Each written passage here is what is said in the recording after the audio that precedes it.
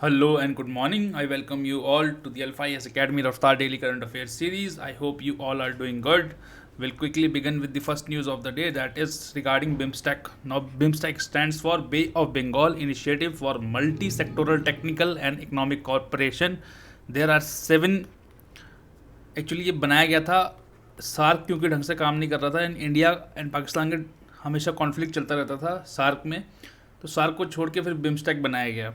ठीक है, बिम्स्टेक के जो नेशन है, there are 7 nations that stands for Bangladesh, Bhutan, India, Nepal, BBIN plus Sri Lanka, Myanmar and Bhutan. तो BBIN मतलब Bangladesh, Bhutan, India, Nepal, then Sri Lanka, Myanmar, Thailand and yes, Sri Lanka, Myanmar and Thailand. There are 7 nations.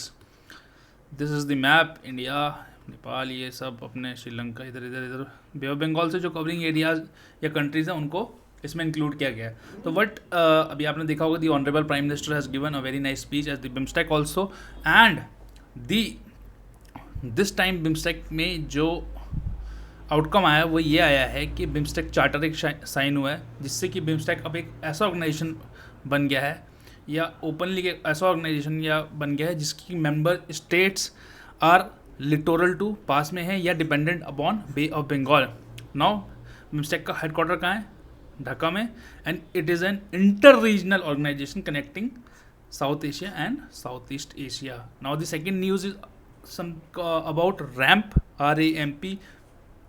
Ramp stands for raising and accelerating MSME performance.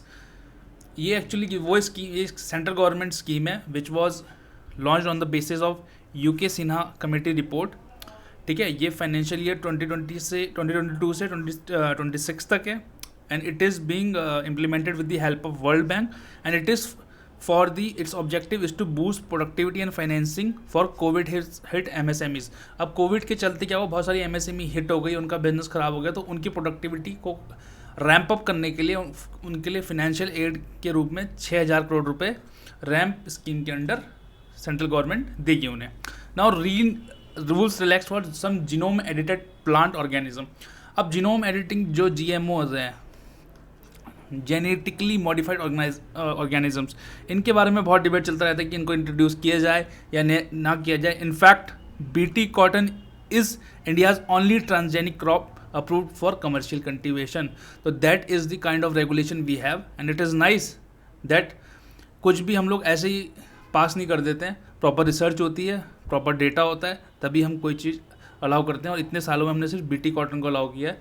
अच्छी चीज़ भी है, बुरी चीज़ भी है, क्योंकि बहुत सारी चीज़ें इसके चलते रुक भी जाती हैं। तो हुआ क्या है, अभी ये करता कौन है? Union ministry of environment and forest करती है। उन्होंने क्या किया कि SDN 1 and SDN 2। Now SDN stands for site directed nucleus, बस इतना याद रखना।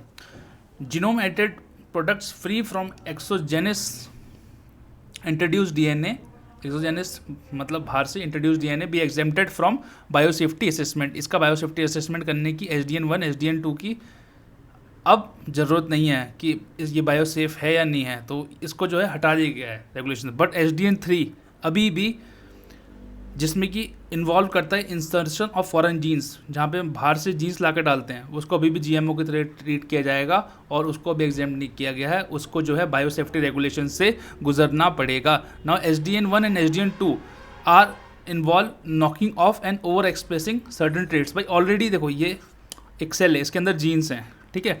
अब एक तो हम बाहर से जीन्स ला कर डाल रहे हैं, तो वो SDN 3 हो गया। तो SDN 3 तो अभी भी रेगुलेशन में ही है, बट अभी क्या हुआ कि ये ऑलरेडी जीन है, या तो इसे हटा दिया, या इसे ज़्यादा, मतलब अगर ये 20% एक्सप्रेस कर रहा था अपने आप को, तो इसका एम्पलीफाई करके इसको 50% एक्सप्रेस करवा दिया। तो SDN 1 SDN 2 ये काम करते हैं, तो इनको जो है अलाउ कर दिया है, बायोसेफ्टी रेगुलेशन से बाहर, असेसमेंट से बाहर कर दिया है। सेकेंड क्या है, gene editing technology such as CRISPR-Cas9, आपने सुना ही होगा।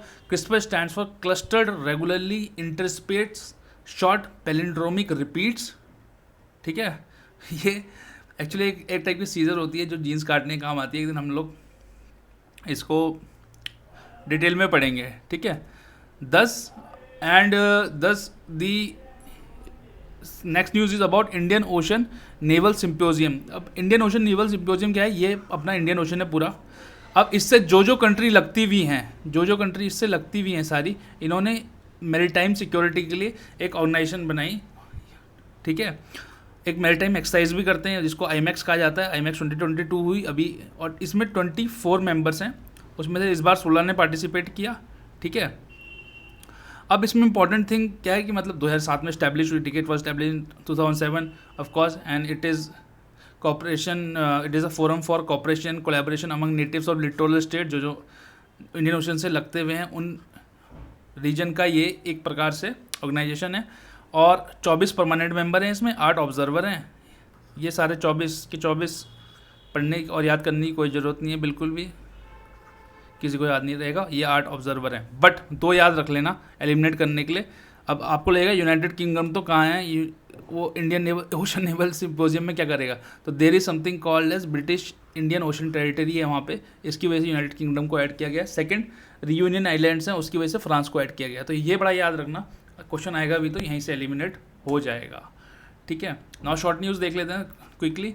देर is something called as Ambedkar young entrepreneur mentor, it aims to, जो वेंचर कैपिटल फंड है एंड जो एंटरप्रेन्योर्स हैं belonging to the scheduled caste and other backward class, उनको हेल्प करेगा कि वो जो वेंचर कैपिटल फंड स्कीम है या जो वहाँ से पैसा निकाल सकें, कुछ डेवलप कर सकें, कुछ अच्छा कर सकें और create their own business enterprise. तो उसके लिए ये Ambedkar young entrepreneur mentor scheme चलाई गई है।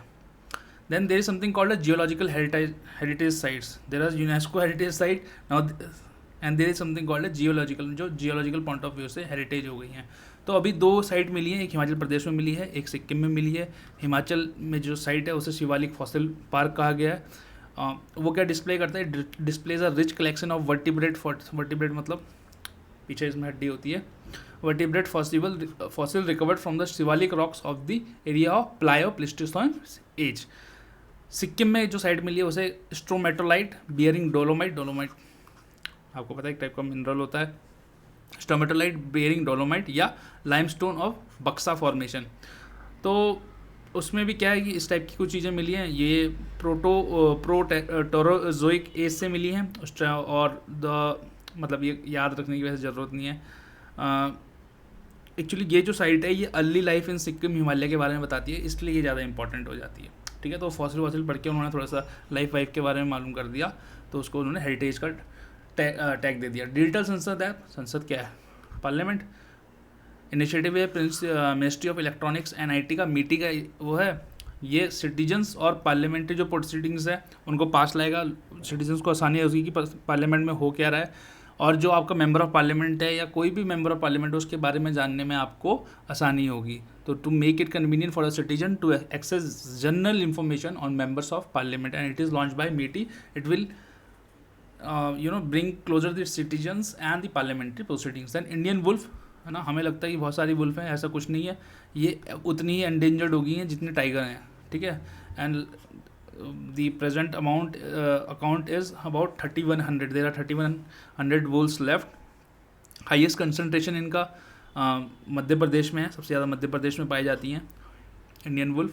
देन राजस्थान, गुजरात, महाराष्ट्र, छत्तीसगढ़। अब यार आजकल ना ये बड़ा इंपॉर्टेंट हो गया, अब ये एंडेंजर्ड में चले गई, क्वेश्चन बना देगा एग्जाम में कि भाई कहाँ कहाँ इंडियन वुल्फ पाई जाती है, तो सबसे ज़्यादा तो मध्य प्रदेश में पाई जाती हैं, देन फिर राजस्थान में पाई जाती हैं, देन फिर गुजरात में पाई जाती हैं, देन फिर महाराष्ट्र में पाई जाती हैं, देन छत्तीसगढ़ में पाई जाती है। इनका प्रोटेक्शन स्टेटस देख लेते हैं। IUCN में तो इनका लीस्ट कंसर्न है अभी भी, ठीक है। तो एंडेंजर्ड उतनी ही है लेकिन अभी IUCN में लीस्ट कंसर्न दिखा रहा है। साइट्स में अपेंडिक्स 1 में है ऑफकोर्स, और वाइल्ड लाइफ प्रोटेक्शन एक्ट 1972 के तो शेड्यूल 1 में ही है ये, ठीक है। Then Shyamji Krishna Varma, a very eminent personality in Indian history, he was a great admirer of Dayanand Saraswati. In fact, he established India House, where Veer Savarkar stayed, and Veer Savarkar was highly inspired by his thoughts. He was a staunch nationalist, no doubt, not even an inch of doubt in that. And he founded Indian Home Rule Society, India House, and the Indian Sociologist in London. And he was the first president of Bombay Arya Samaj. He also served as Diwan of a number of states in India. तो उन्होंने Indian home rule society बनाई थी, India house बनाया था, the Indian sociologist in London में बनाई थी, London में रहते थे वो, और उन्होंने काफ़ी काम किया है इंडियन फ्रीडम स्ट्रगल के लिए। तो we should always get inspired and study about such people. Then places new में सरस्का टाइगर रिजर्व कहाँ है, राजस्थान में है। Aravalli hills and Alwar district का पार्ट बनता है ये, ठीक है। अरावली हिल्स इससे जाते हैं, ठीक है। It is a wild life sanctuary also, मतलब अगर हम बोलेंगे सरिस्का क्या है तो Sariska is a wild life sanctuary and also a tiger reserve. It is famous for royal Bengal tiger, है ना। रॉयल बंगाल टाइगर वहाँ भी पाया जाता है, तो आपको ऐसा नहीं है कि सुंदरबंस में ही पाया जाता है रॉयल बंगाल टाइगर, सरिस्का में भी रॉयल बंगाल टाइगर पाया जाता है। देन उसकी कल्चरल इंपॉर्टेंस भी है, वहाँ पे एक जो रिजर्व है उसके अंदर कंकन वाडी फोर्ट है वो पाया जाता है, वो है। एंड सेकेंड है the reserve also houses the famous temple of lord Hanuman at Padupol related to Pandavas. So that's the short news for today. Thank you all for watching. We wish you a very good day, a good health. Keep smiling, and we shall see you tomorrow. Take care. Tata.